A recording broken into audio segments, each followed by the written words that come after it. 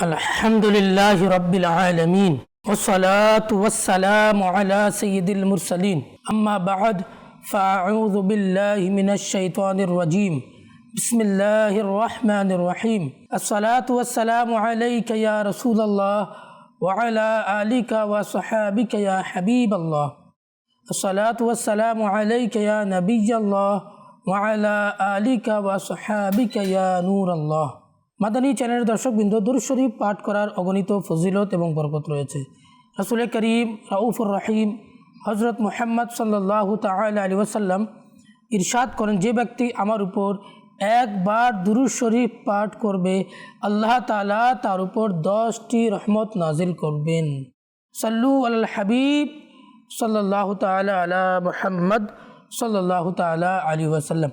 মাদানী চ্যানেলের দর্শকবৃন্দ, উপস্থিত হয়েছি আম্বিয়ায়ে কেরাম আলাইহিমুসসালাতু সালামের এলেম অনুষ্ঠানে। আর আমরা এই অনুষ্ঠানে কোনো একজন নবীর জীবনী এবং তার জ্ঞান সম্পর্কে আমরা আলোচনা করে থাকি। আজও আলহামদুলিল্লাহ এর ব্যত ঘটবে না। আজ আলহামদুলিল্লাহ আমরা হযরত মুসা আলাইহিসসালাতু সালাম এবং ইলমে লাদুন্নি সম্পর্কে আলোচনা করব। মুসা আলাইহিসসালাতু সালাম এর ইলমে লাদুন্নির সাথে হযরত খিজির আলাইহিসসালাতু সালামের সম্পর্ক রয়েছে। ইলমে লাদুন্নি অর্জন করার জন্য হযরত মুসা আলাইহিসসালাতু সালাম খিজির আলাইহিসসালাতু সালামের কাছে গিয়েছিলেন। হযরত মুসা আলাইহিসসালাতু সালাম এর জীবনীর একটা গুরুত্বপূর্ণ ঘটনা হচ্ছে যে হযরত খিজির আলাইহিসসালাতু সালামের সাথে তার সাক্ষাৎ হয়। এই যে খিজির আলাইহিসসালাতু সালাম আমরা যে বলি, এর কয়েকটি লুগাত রয়েছে। খিজির হচ্ছে যেমন খায়ের নিচে জের এবং দদ সাকিন, অর্থাৎ দদের উপরে জজম, তখন শব্দটা হবে খিজর।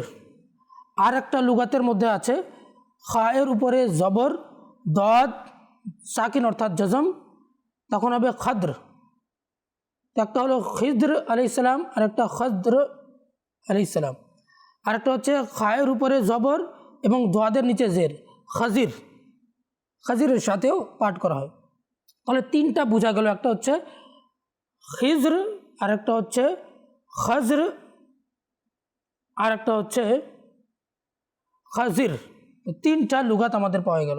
তো যে কোনো একটার সাথে আমরা খিজর আলাইহিসসালাতু সালামকে সম্বোধন আমরা করতে পারি। আর এটা হচ্ছে খিজর আলাইহিসসালাতু সালামের উপাধি। এর কারণ নবী করিম সাল্লাল্লাহু তাআলা সাল্লাম বর্ণনা করেছেন যে তার লকব খিজর কেন রাখা হয়েছে।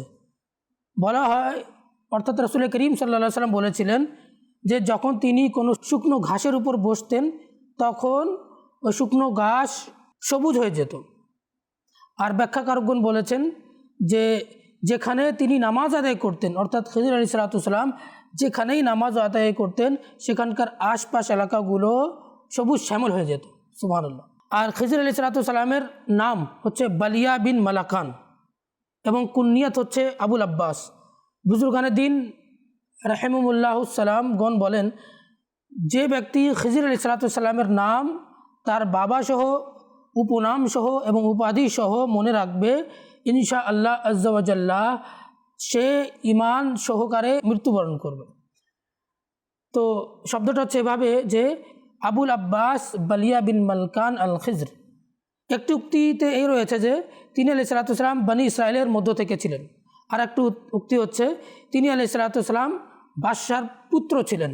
পরে দুনিয়াকে ছেড়ে দিয়ে তিনি জুহদ ইখতিয়ার করেন এবং তিনি আল্লাহ তাআলার ইবাদতে মশগুল হয়ে যান। আল্লাহ তাআলা তার শান এভাবে বর্ণনা করেছেন যে আতাইনাহু রাহমাতাম মিন ইনদিনা ওয়া আল্লামনাহু মিন লাদুন্না ইলমা। আমি তাকে আমার পক্ষ থেকে রহমত, ওয়া আল্লামনাহু মিন লাদুন্না ইলমা, এবং আমার পক্ষ থেকে তাকে ইলম দান করেছি, অর্থাৎ আমার পক্ষ থেকে ইলমে লাদুন্নি দান করেছি। এখানে যে আল্লাহ তাআলা রহমত শব্দ ব্যবহার করেছেন, এর দ্বারা অর্থ হচ্ছে বেলায়তও হতে পারে, ইলমও হতে পারে এবং দীর্ঘ জীবন হতে পারে। আর তিনি আলাইহিসসালাতু সালাম তো নিশ্চিতভাবে ওলি আছেনই। আর আপনার নবুয়তের ব্যাপারে এবং তার নবুয়তের ব্যাপারে মতবিরোধ রয়েছে। আল হযরত রাহমাতুল্লাহি তাআলা আলাইহি বলেন যে সাইয়েদুনা খিজর আলাইহিসসালাতু সালাম জমহুরের নিকট তিনি হচ্ছেন নবী, আর তাকে বিশেষভাবে ইলম দান করা হয়েছিল। আল্লাহ তাআলা বলেছেন যে ওয়া আল্লামনাহু মিন লাদুন্না ইলমা, আমি আমার পক্ষ থেকে ইলমে লাদুন্নি দান করেছি। গ্রহণযোগ্য মত হচ্ছে খিজির আলাইহিসসালাম হচ্ছেন নবী, আর তিনি এখনও দুনিয়ার মধ্যে জীবিত আছেন। আর সাথে সাথে মাশায়েখগণ এবং যারা সাহাবে মারিফত তারা এই কথার উপর একমত যে হযরত খিজির আলাইহিসসালাম জীবিত রয়েছেন। শেখ আবু আমর বিন সালাহ তিনি তার ফতোয়ার মধ্যে লিখেছেন যে হযরত খিজির আলাইহিসসালাম জমহুর উলামা ও সালেহিনদের নিকট জীবিত। এটাও বলা হয়েছে যে হযরত খিজির আলাইহিসসালাম ও হযরত ইলিয়াস আলাইহিসসালাম উভয় জীবিত আছেন এবং প্রত্যেক বছর হজের মৌসুমে তারা সাক্ষাৎ করেন। আল্লাহু তাআলা আলম। আল্লাহ হযরত ইমাম আহমদ রাজা খান ফাজিলে বরেলভি রহমতুল্লাহি তাআলা বলেন 4 জন নবী জীবিত, আর তারা এখনও মৃত্যুর স্বাদ গ্রহণ করেননি। আর হাদিসে করিমা বলেছেন আল্লাহ হযরত ইন্নাল্লাহ হাররামা আলাল আরদি আন তাকুল আজসাদ আল আম্বিয়াই ফানাবিয়ুল্লাহি হাইয়ুরযাকু, নিশ্চয়ই আল্লাহ তাআলা মাটির জন্য নবীদের শরীরকে ভক্ষণ করা হারাম করে দিয়েছেন এবং আল্লাহর নবীগণ জীবিত, তাদেরকে রিজিক দেওয়া হয়। তো মাদানী চ্যানেলের দর্শকবৃন্দ, তো 2 জন নবী পৃথিবীতে জীবিত আছেন, একজন খিজির আলাইহিসসালাম, একজন ইলিয়াস আলাইহিসসালাম। আর আকাশের উপরে হচ্ছেন হযরত ঈসা আলাইহিসসালাম আর হযরত ইদ্রিস আলাইহিসসালাম। তো মাদানী চ্যানেলের দর্শকবৃন্দ, একবার হযরত মূসা আলাইহিসসালাম বনী ইসরাইলের একটি জামায়াতের মধ্যে ওয়াজ করছিলেন, নসিহত করছিলেন। তো ওয়াজের পরে কেউ জিজ্ঞাসা করলো, আপনি কি জানেন যে আপনার চেয়েও বড় কোনো আলেম আছে? মূসা আলাইহিসসালাম ইরশাদ করলেন যে না। আল্লাহ তাআলা মূসা আলাইহিসসালামের উপর ওহী নাজিল করে দিলেন, হে মূসা আলাইহিসসালাম, তোমার চেয়েও বড় আলেম আছে, আর তার নাম হচ্ছে হযরত খিজির আলাইহিসসালাম। তো মূসা আলাইহিসসালাম আল্লাহ তাআলার কাছে তার ঠিকানা জানতে চাইলেন। আল্লাহ তাআলা বললেন যে মাজমাউল বাহরাইনের মধ্যে তিনি থাকেন। আর সেখানকার নিদর্শন এটা বলে দিলেন যে যেখানে ভুনাকৃত মাছ জীবিত হয়ে সমুদ্রে চলে যাবে আর পানির মধ্যে সুড়ঙ্গ তৈরি হয়ে যাবে, সেখানে হযরত খিজির আলাইহিসসালাম উপস্থিত থাকবেন। সুতরাং হযরত মূসা আলাইহিসসালাম নিজের খাদেম ইউশা বিন নুনকে বললেন, ধারাবাহিকভাবে আমি সফর করতে থাকব যতক্ষণ না সমুদ্রের মিলনের জায়গায় পৌঁছে না যায়, যদিও বা আমাকে অনেক দিন পর্যন্ত সফর করতে হয়। এরপর হযরত মূসা আলাইহিসসালাম রুটি এবং লবণাক্ত ভুনাকৃত মাছ একটা ব্যাগের মধ্যে নিলেন আর ধারাবাহিকভাবে সফর করতে লাগলেন। এমনকি মূসা আলাইহিসসালাম এবং ইউশা বিন নুন একটা সমুদ্রের মিলনস্থলে এসে পৌঁছালেন। আর সেখানে একটা পাথর ছিল এবং একটা ঝর্ণাও ছিল। ওই জায়গায় হযরত মূসা আলাইহিসসালাম বিশ্রাম করলেন এবং হযরত ইউশা বিন নুন ওযু করতে লাগলেন। তখনই ভুনাকৃত মাছ ব্যাগের মধ্যে, থলের মধ্যে জীবিত হয়ে গেল, আর সে লাফালাফি করতে করতে সে সমুদ্রের মধ্যে চলে গেল। আর তখন ওই সমুদ্রের মধ্যে একটা সুড়ঙ্গ সৃষ্টি হয়ে গেল। হযরত ইউসা আলাইহিসসালাম এটা দেখে হয়রান হলেন, হতবাক হয়ে গেলেন। আর যখন হযরত মূসা আলাইহিসসালাম জাগ্রত হলেন, তখন ইউশা বিন নুন মূসা আলাইহিসসালামকে এই কথা বলতে ভুলে গেলেন। এদিক আবার মূসা আলাইহিসসালাম আর ইউশা বিন নুন আলাইহিসসালাম সফর করতে লাগলেন। সফর করছেন, একদিন অলরেডি সফর হয়ে গেছে। মূসা আলাইহিসসালামের খুব ক্ষুধা পেয়েছে। মূসা আলাইহিসসালাম বললেন যে আতিনা গাদাআনা লাকাদ লাকিনা মিন সাফারিনা হাদা নাসাবা, আমাদের জন্য সকালের নাস্তা আনো। ইউশা বিন নুনকে বললেন যে এই সফর দ্বারা আমরা খুব কষ্টের সম্মুখীন হয়েছি। আচ্ছা, তখন কিন্তু মাজমাউল বাহরাইনে পৌঁছার সময় মূসা আলাইহিসসালামের ক্ষুধা লাগেনি, আর তারা সেখানেই পৌঁছার উদ্দেশ্য ছিল, কিন্তু তারা সফর করে সামনে চলে গিয়েছিলেন। আর এদিক মূসা আলাইহিসসালামের যখন ক্ষুধা পেল, তিনি খাবার চাইলেন। তখন ইউশা বিন নুনের কাছে তো খাবার নেই, কারণ মাছ তো অলরেডি জীবিত হয়ে সমুদ্রে চলে গিয়েছিল। ইউশা বিন নুন আলাইহিসসালাম বললেন, আর আইতা ইদ আওয়াইনা ইলা সাখরাতি ফাইন্নী নাসিতুল হুত ওয়ামা আনসানিহু ইল্লা শাইতানু আন আযকুরাহু ওয়াত্তাখাযা সাবিলাহু ফিল বাহরি আজাবা। ইউশা বিন নুন বললেন যে শুনুন, আমরা যখন ওই পাথরের ওখানে ছিলাম, যেখানে ঠিকানা আমরা বানিয়েছিলাম, তখন মাছ জীবিত হয়ে সমুদ্রে চলে গিয়েছিল, তো এই মাছের কথা আমি ভুলে গিয়েছিলাম। আর আমাকে শয়তান সেটা স্মরণ করানোটা, আপনাকে উল্লেখ করাটা ভুলিয়ে দিল। আর ওই মাছ নিজের জায়গাটা সমুদ্রে বানিয়ে নিল। হযরত ইউশা বিন নুনের কথা শুনে হযরত মূসা আলাইহিস সালাম বললেন, যালিকা মা কুন্না নাবগি, আর আমরা তো এটাই চাচ্ছিলাম, আমরা তো এই জায়গায় খুঁজছিলাম। এরপর মূসা আলাইহিস সালাম এবং ইউশা বিন নুন সেই জায়গা গেলেন যেখানে মাছ জীবিত হয়ে সমুদ্রে চলে গিয়েছিল। যখন সেখানে পৌঁছালেন দেখলেন যে একজন লোক চাদর মুড়ি দিয়ে আরাম করছেন, আর তিনি হচ্ছেন হযরত খিজির আলাইহিস সালাম। হযরত মূসা আলাইহিস সালাম বললেন, হাল আত্তাবিউকা আলা আন তুআল্লিমানি মিম্মা উল্লিমতা রুশদা, তুমি কি এই শর্তের উপরে আমাকে তোমার সাথে রাখবে যে তুমি আমাকে সঠিক কথা শিখাবে যা তোমাকে শেখানো হয়েছে। সেই বুখারী শরীফের একটি হাদিসের মধ্যে রয়েছে, যখন হযরত মূসা আলাইহিস সালাম হযরত খিজির আলাইহিস সালামকে দেখলেন, তিনি চাদরের মধ্যে আছেন, তখন মূসা আলাইহিস সালাম তাকে সালাম করলেন। তিনি বললেন, তোমাদের ভূমিতে সালাম কোথায়, শান্তি কোথায়? তিনি আলাইহিস সালাম বললেন, আমি মূসা। তারা বলল, বনি ইসরাইলের মূসা? তিনি বললেন, হ্যাঁ, জি হ্যাঁ, আমি বনি ইসরাইলের মূসা। এরপর হযরত মূসা আলাইহিস সালাম তাকে বললেন যে আপনি কি এই শর্তের উপরে আমাকে আপনার সঙ্গে রাখবেন যে আপনি আমাকে কিছু ইলম শিখাবেন? হযরত খিজির আলাইহিস সালাম মূসা আলাইহিস সালামকে জবাব দিলেন, ইন্নাকা লান তাসতাতিআ মাইয়া সাবরা ওয়া কাইফা তাসবিরু আলা মা লাম তুহিত বিহি খুবরা, আপনি আমার সাথে কখনো থাকতে পারবেন না এবং আপনি এই কথার উপর ধৈর্য ধারণ করতে পারবেন না যার ব্যাপারে আপনার ইলম নেই। হযরত খিজির আলাইহিস সালাম এটা এই জন্য বলেছিলেন যে তিনি জানতেন যে হযরত মূসা আলাইহিস সালাম কিছু অপছন্দনীয় বিষয়ে মূসা আলাইহিস সালামকে দেখতে হবে, আর আম্বিয়া কিরাম আলাইহিস সালামের দ্বারা এটা সম্ভব নয় যে তারা কোনো নিষিদ্ধ বস্তু দেখে তারা নিষেধ করবে না। অতি শীঘ্রই আপনি আমাকে ধৈর্যশীলদের মধ্যে পাবেন, ওয়ালা আসিলাকা আমরা, এবং আমি আপনার বৃদ্ধচারণ করব না কোনো বিষয়ে। হযরত খিজির আলাইহিস সালাম বললেন, ফাইনিত তাবাআতানি ফালা তাসআলনি, যদি তুমি আমার সাথে থাকতে চাও, ফালা তাসআলনি আন শাইইন হাত্তা উহদিসা লাকা মিনহু যিকরা, তো যতক্ষণ পর্যন্ত আমি কোনো কথা উল্লেখ না করি আপনি কোনো প্রশ্ন করবেন না। এই আয়াত দ্বারা বোঝা গেল যে শাগরেদ যারা হয়, যারা ছাত্র হয়ে থাকে, তো ছাত্র এবং মুরিদদের আদবের মধ্যে হচ্ছে যে নিজের উস্তাদ এবং পীরের কার্যাবলীর উপরে মুখ বন্ধ রাখা, কার্যের উপর আপত্তি না করা, আর অপেক্ষা করতে থাকা যেন তারা উস্তাদ এবং পীর যেন সেটার হিকমত যেন বর্ণনা করে দেন। মূসা আলাইহিস সালাম এবং খিজির আলাইহিস সালাম একটা সফরের মধ্যে রওনা হয়ে গেলেন। তো মূসা আলাইহিস সালাম এবং খিজির আলাইহিস সালাম একটা সমুদ্রের তীরে আসলেন, আর সেখানে একটা নৌকা আসলো। তো যে মাঝি ছিল সে মূসা আলাইহিস সালাম এবং খিজির আলাইহিস সালামকে বিনা টাকায়, বিনা অর্থে, বিনা বিনিময়ে ওই নৌকার মধ্যে আরোহণ করিয়ে দিল। তো যখন মাঝ সমুদ্রে যখন নৌকা পৌঁছে গেল, তো খিজির আলাইহিস সালাম কী করলেন যে একটা কুড়াল দিয়ে নৌকার একটা তক্তাকে ভেঙে ফেললেন। তো এটা দেখে হযরত মূসা আলাইহিস সালাম সহ্য করতে পারলেন না। তিনি বলেন, আখরাখতাহা লিতুগরিকা আহলাহা, তুমি কি এটা এই জন্য ভেঙেছো যাতে করে এর মধ্যে যারা আরোহণ করেছে তারা ডুবে মরে যায়? তুমি অবশ্যই মন্দ কাজ করেছো। হযরত খিজির আলাইহিস সালাম বললেন, আলাম আকুল ইন্নাকা লান তাসতাতিআ মাইয়া সাবরা, খিজির আলাইহিস সালাম মূসা আলাইহিস সালামকে বললেন, আমি কি আপনাকে বলিনি যে আপনি ধৈর্য ধারণ করতে পারবেন না?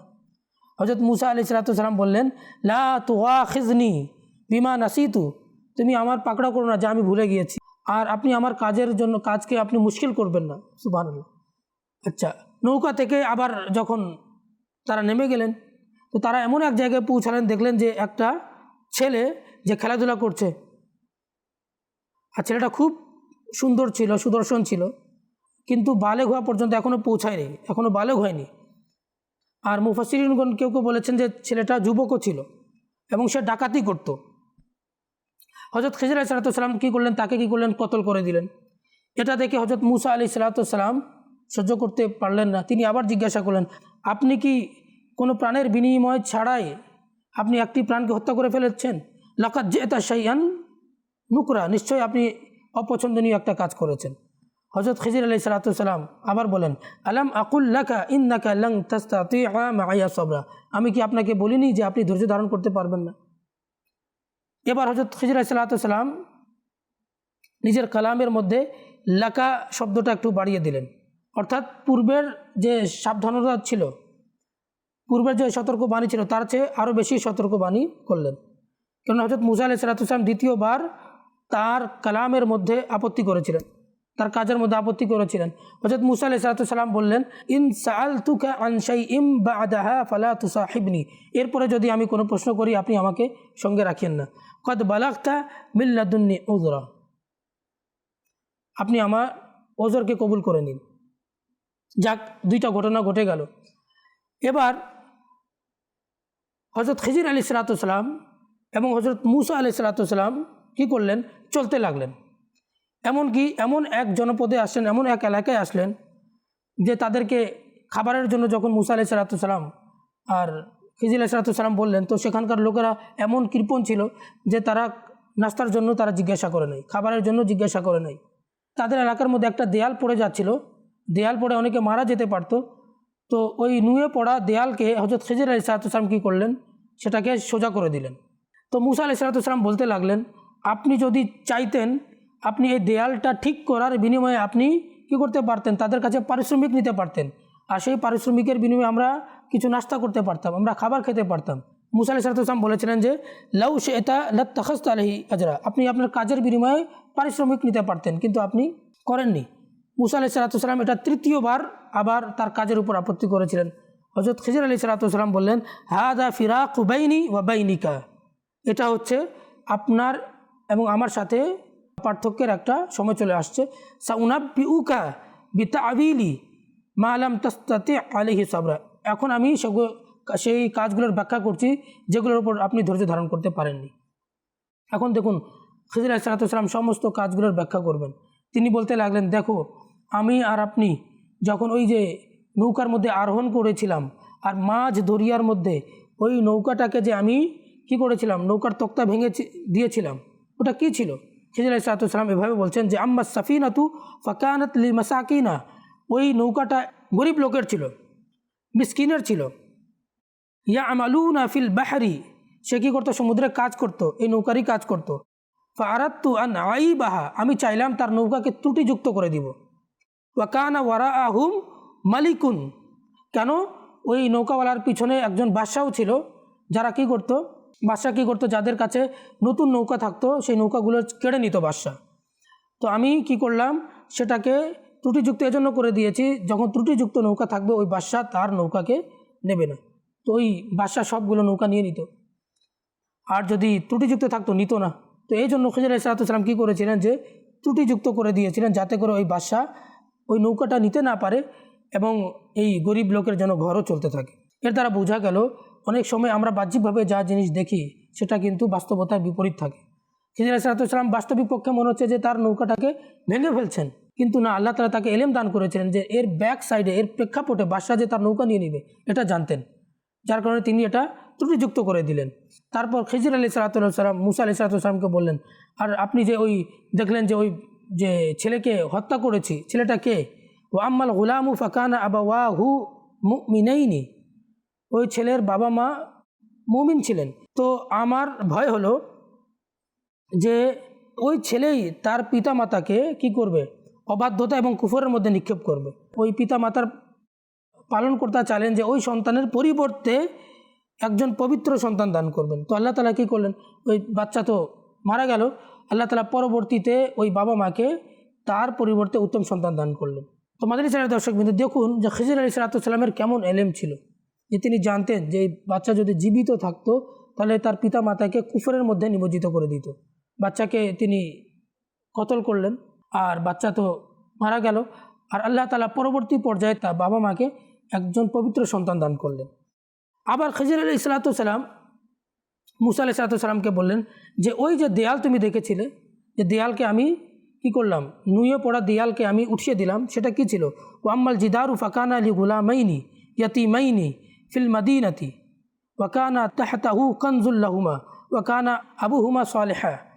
তিনি বলছেন যে ওই যে দেয়ালটা ছিল, দেয়ালটা ওই শহরের দুজন মিসকিন ছেলের ছিল এবং সেটার নিচে, দেয়ালের নিচে খাজানা ছিল। ওই মিসকিনের পালনকর্তা চাইলেন যে তারা যখন যুবক হয়ে যাবে ততদিন পর্যন্ত যেন দেয়ালটা যেন ভালো থাকে, আর দেয়ালের নিচে যে খাজানাগুলো থাকে সেভাবেই থাকে, আর যখন যুবক হয়ে যাবে তখন যেন তারা সেই খাজানাগুলো যেন বের করে নেয়। আর আমি এই সব কিছু আমি নিজের দ্বারা করিনি। খিজির আলাইহিস সালাম বললেন এই কাজগুলোর ব্যাখ্যা হচ্ছে এটাই। তো দেখুন মাদানী চ্যানেল দর্শকবৃন্দ, আল্লাহ তাআলা নিজের বান্দাদেরকে কেমন কেমন ইলম দান করেছেন। দেখেন মুসা আলাইহিস সালাম খিজির আলাইহিস সালামের কাছে ইলম অর্জন করার জন্য গিয়েছিলেন। খিজির আলাইহিস সালামকে আল্লাহ তাআলা ইলমে লাদুন্নি দান করেছিলেন। একদিন হুজুর পাক সাল্লাল্লাহু আলাইহি ওয়াসাল্লাম সাহাবা কেরামকে নিয়ে বসে আছেন। সাহাবা কেরামকে বলছিলেন যদি মুসা আলাইহিস সালাম যদি ধৈর্য ধারণ করতেন, সেখানে তো 3টা ঘটনা ঘটেছিল, তো মুসা আলাইহিস সালাম যদি আরও ধৈর্য ধারণ করতেন তাহলে খিজির আলাইহিস সালাম আরও চমৎকার বিষয়গুলো আমাদেরকে শিখাতেন। মুসা আলাইহিস সালামকে অনেক কিছু দেখাতেন যা আমরাও জানতে পারতাম। তোমাদের চ্যানেল দর্শকবৃন্দ, আল্লাহ তাআলা আমাদেরকে বেশি বেশি ইলমে দ্বীন শিক্ষা অর্জন করার তৌফিক দান করুক, কোরআন পড়ার তৌফিক দান করুক, কোরআনের তাফসীর পাঠ করার তৌফিক দান করুক। আমাদের চ্যানেল দর্শকবৃন্দ, আজ এই পর্যন্ত। আগামী অনুষ্ঠানে আবার একটা নতুন বিষয় নিয়ে আপনাদের সম্মুখে উপস্থিত হব। ততক্ষণ পর্যন্ত ভালো থাকুন, সুস্থ থাকুন, আমাদের চ্যানেল দেখতে থাকুন। সাল্লু আলাল হাবিব সাল্লাল্লাহু তাআলা আলা মুহাম্মদ সাল্লাল্লাহু আলাইহি ওয়াসাল্লাম।